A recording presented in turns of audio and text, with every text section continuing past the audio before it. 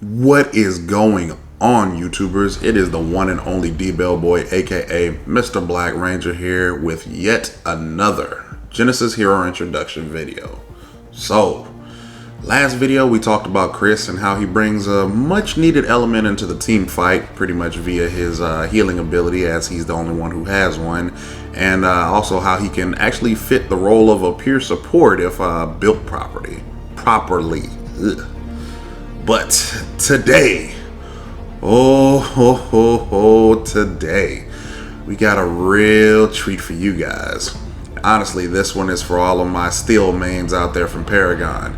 And for those of you who are asking, well, who's Steel?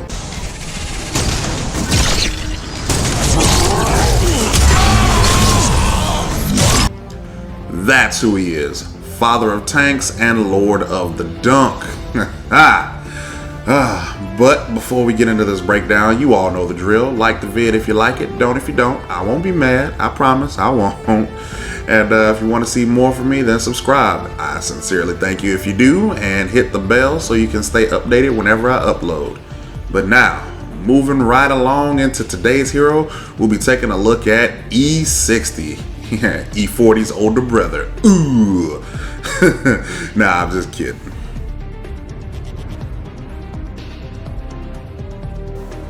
Alright. Jumping right into a good old E-60. So, E-60 Rampage Games classifies him as a tank support. So, let's go ahead and take a look at some of that good old juicy lore. So, E-60 was crafted from a special meteor and programmed with advanced combat techniques. E-60's arsenal of destructive weaponry serves the Joint Alliance. Jumping over to the background now, the Human Alliance has developed intelligent combat mech in the war against terrorism that has lasted for 100 years. As the war became more intense and the technology continued to advance, various types of mechs continued to be produced on the battlefield. Although, in the early stages, this kind of mech gave the Alliance a huge military advantage, but the tech soon came under threat by the hackers employed by the enemy. Thus, the key became information security in a cyber warfare. As the scientists devoted themselves fully to the research, a meteorite fell to Earth. Although the origin of this meteorite remains unknown, it was discovered that this meteor had the best anti-interference material. The meteor presented the most suitable mech material, but its quantity is only sufficient for one mech. The military issued an order for a mech that is proficient in various tactical combat and equipped with the most advanced weapons to be built. It must also be able to automatically recycle if destroyed. This allows for immediate redeployment. After a while, a model E-60 was built. It not only an expert in melee combat and combat technique, but also equipped with extremely powerful kinetic energy. The very punches this machine generates can produce a sonic boom. In addition, the mech is also equipped with shoulder-mounted precision missiles and an electromagnetic shield that protects the torso. In the end, the E-60 successfully passed the tests of the war and won the war for the Human Alliance. It was awarded the title of Crimson Storm for its outstanding contribution. Today, with further enhanced combat performance, E-60 enters the service of the Joint Alliance and helps in securing a new home for mankind. So, pretty much we got the less killer version of Terminator here working for us. I like it. Now, jumping into the part that I know most of you are gonna enjoy. We're gonna hit them skills that pay the bills. So, his first ability, Power Jet. E-60 activates his jet engine and launches into the air, increasing movement speed for a short period. When Power Jet is active, E-60's next basic attack deals additional damage and will stun the target if the target's health is lower than E-60's. Its energy cost is 60 and its cooldown is 11 seconds. They are both static. Next up is Missile Barrage. E-60 fires 2 missiles that prioritize enemy heroes. Missiles cause AoE damage and reduce enemy movement speed by 20%. Speed reduction effects can stack. The energy cost respectively is 90, 100, 110, and 120. And the cooldown respectively are 9 seconds, 8, 7, and 6. The third skill, which is a passive skill for him, is called Ionic Armor. So whenever E-60 receives or deals damage from a basic attack, his physical damage resistance and health regen are temporarily increased, and this skill effect does stack as well. And then his ultimate for which is why I showed the still clip at the beginning, is called Deep Impact. So E-60 launches into the air, smashing down and causing massive area damage. Enemies in the epicenter receive double damage and are knocked into the air. E-60's shield is temporarily increased based on the number of enemies within the blast radius. Oh man, yeah, like he is straight up tanking, supporting for everything in there, isn't he? Next up, we're gonna see what the Rampage Games recommended loadout is for him. So, from left to right, starting off with Atomic Booster. It costs 5,100 gold, gives plus 40 attack damage, plus 300 health, plus 300 energy, plus 5 health regen, and plus 3 health regen, as well as plus 17% cooldown reduction with a passive Ground Zero. After using an ability, the next basic attack made within 5 seconds deals 30 plus whatever your attack damage is times 0.4 additional damage in a 225 radius around the target. The movement item Turbo Boots costs 2,500 gold, give plus 70 movement speed, give plus 20 attack damage, and give plus 20 armor. Its unique passive, Fusion Burst, increases movement speed of the wearer by 25% for 3 seconds with an 8-second cooldown. Third item that you should take on him that they recommend is Promethean Shield. It costs 5,150 gold, gives plus 30 attack damage, and plus 50 armor. Its passive, Incinerate, deals 60 energy damage per second to enemies within a 500 radius of the wearer. Fourth item here, Crimson Mask. It costs 5,800 gold. It gives plus 45 attack damage, plus 25% lifesteal, plus 250 health, plus 30 armor. Its active is Feast. It grants 150% lifesteal for the next 8 basic attacks, and the effect lasts no more than 4 seconds. Excuse me. Fifth item is Medusa's Shield. Costs 3,800 gold. Gives plus 25 attack damage, plus 50 armor. Its active is Energy Flux, grants the wearer immunity to all energy effects for 5 seconds. And then lastly, Stormcaller. It costs 5,800 gold, gives plus 45 attack damage, plus 30% attack speed, plus 15% critical chance. Its passive, Thunderstorm. Basic attacks have a 25% chance of releasing a bolt of lightning that bounces 3 times, dealing 120 energy damage. Yeah, oh goodness.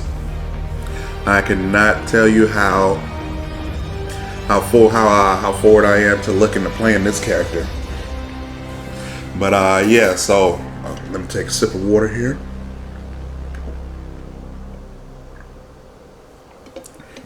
You've been talking all day doing these videos here, but yeah, Atomic Booster pretty much gets to that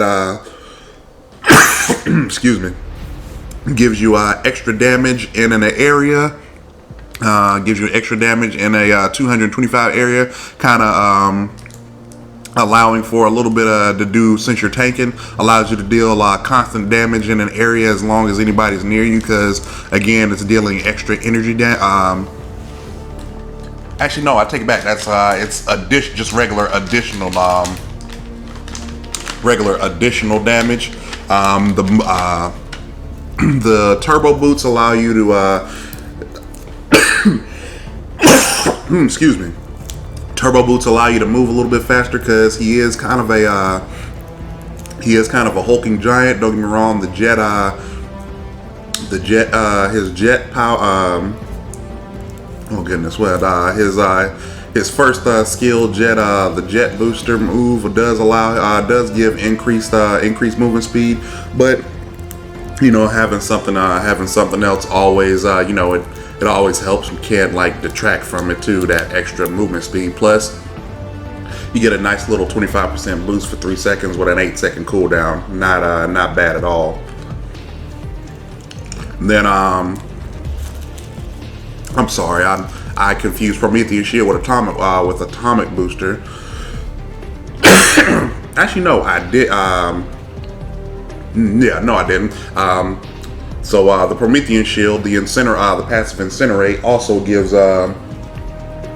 gives passive energy damage per second versus atomic booster, where you actually have to use an ability and then you have to attack 8 times to get the damage in the radius. Prometheus shield just straight up, flat out gives you the damage while you're around anybody. Crimson Mask, the active on that one. I don't know how I feel about Crimson Mask. I'm gonna be honest, because I guess you could say Crimson Mask is like an oh crap situation, because again, you are a tank, so you should be kind of beefy. But if your health is getting down low, I mean, you can pop the Crimson Mask, go ahead and do 8 attacks and get 150% of life steal back for whatever you're dealing damage for. So I guess that's kind of a oh crap situation booster. Medusa shield, self-explanatory, immunity to all energy effects. You are a tank because you are a tank, so you need to tank and be able to take CC without losing too much. And then lastly, Stormcaller. Stormcaller itself is just, since you are a tank, it's just another way to deal kind of passive damage versus your abilities already, and just deal a little bit extra while you're soaking up damage. So not bad loadout at all. Not a bad loadout at all. Excuse me. And lastly, his skill order. So they actually tell you to take Missile Barrage first, which is pretty well. I can understand it. No, you need Missile Barrage again. You need Missile Barrage first, so you can actually deal damage, destroy mobs, so you can actually level up. Then secondary, you take the Power Jet. But Missile Barrage, you take Missile Barrage on the first level, 3rd, 5th, and 7. Because that's going to be generally one of your main forms of attack. So you're just going to want to go ahead and level that up evenly. Then level that up evenly. Then Power Jet, you're going to take that at 2. You're going to take that at level 2. Again, it does deal damage, but it's more so a early game movement option, because it does increase your movement when you do use it. So take it early game, and then late game take it at level 8, 9, and 10. Then Ionic Armor. You take at level 4. Then you're gonna I can see that. Take Ionic Armor at level 4. So because again, it's every basic attack that you deal and every basic attack that gets dealt against you increases your resistance and your regen. So yeah, you only need 1 for right now, but then as it starts progressing in the late game, level 12, 13, and 14, you really want to go ahead and ramp that up. And then lastly, your ultimate, Deep Impact. Standard, like everything, gonna take it at level 6, level 11, and level 16 respectively. So guys, what do you think? If it's not almost somewhat close to steel, it is doggone close. And I was a steel main. That Oh man, I am actually really looking forward to playing E-60 here. I really am. Like, cause literally just everything from down to his kit, upwards of just like how big and bulky he is, pretty much reminds me of Steel. And yeah, I love playing Steel. So I definitely cannot wait for this game to drop so I can actually get my hands on this hero and try him out. Well, we're here, end of the video, guys. So you know, just like normal, if you like the video, thumbs it up. If not, you don't have to. If you do like what I'm putting out, again, subscribe, hit the bell so you can get notified. And like that, we're out of here, guys. And remember, we're always good like grandma's cookies.